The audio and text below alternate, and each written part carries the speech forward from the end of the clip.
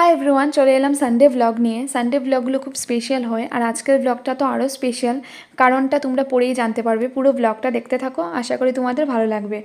আজকে লাঞ্চে ছিল মাটন, সাথে ছোটো মাছের করু, তবে আমি শুধু মাটন দিয়েই খেয়েছি। খাওয়া দাওয়া করে আমরা বেরিয়ে পড়েছি। অনেক দিন পর প্ল্যান হয়েছে যে আমরা সবাই একসাথে ঘুরতে যাব। আমাদের যাওয়া করে আর যাওয়াই হচ্ছিল না। কোথায় যাব ভাবতে ভাবতে এই জায়গাটা আমরা সিলেক্ট করলাম। জানি এই জায়গাটা অনেক পুরনো, কিন্তু আমার জন্য নতুন, কারণ আমি একদিনও আসিনি। তো আমরা এই যে টিকিট কেটে ভিতরে গিয়ে ঢুকলাম, আর হয়তো এই জায়গাটা দেখে অনেকেই বুঝতে পেরে গেছো, আর যারা বুঝতে পারোনি তাদেরকে বলছি এইটা হচ্ছে শিলচর সাগরিকা।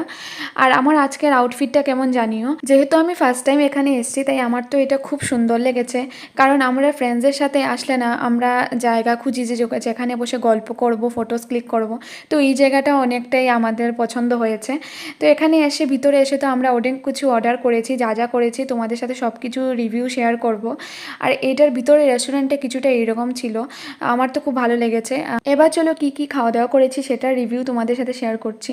তো এইটা হচ্ছে চিকেন 65, যেটা খুব ভালো ছিল খেতে, আমাদের সবারই পছন্দ হয়েছে, অনেক টেস্ট ছিল এইটার। তো সাথে দিয়েছিলাম হচ্ছে বাটার নান আর চিকেন বাটার মশালা। বাটার মশালাটা অনেকটা মিষ্টি মিষ্টি ছিল, তবে ভালো ছিল।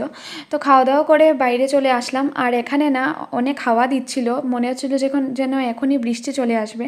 তো এখানে অনেকটা সময় থেকেছি, গল্প করেছি। আজকের বিকেলটা তো খুব ভালো কেটেছে। কি করে যে এই 2-3 ঘন্টা সময়টা কেটে গেল বুঝতেই পারলাম না। অনেক দিন পর যেহেতু দেখা, তাই আমরা তো বেশিরভাগ গল্পই করেছি, আর এখানে অনেকটা সময় থেকেছি। আমাদের খুব ভালো লেগেছে আজকের দিনটা। আর তোমরা কারা কারা এই শিলচর থেকে এই ব্লগটা দেখছো জানিও, আর এখানে কারা কারা এসছো সেটাও কমেন্টে জানিও। তোমাদের কেমন এক্সপিরিয়েন্স ছিল এখানে এসে সেটাও জানিও। তো চলো আজকের ব্লগটা এখানেই শেষ করছি। ব্লগটা কেমন লাগলো জানিও, ভালো লাগলে like, share and subscribe. Tata.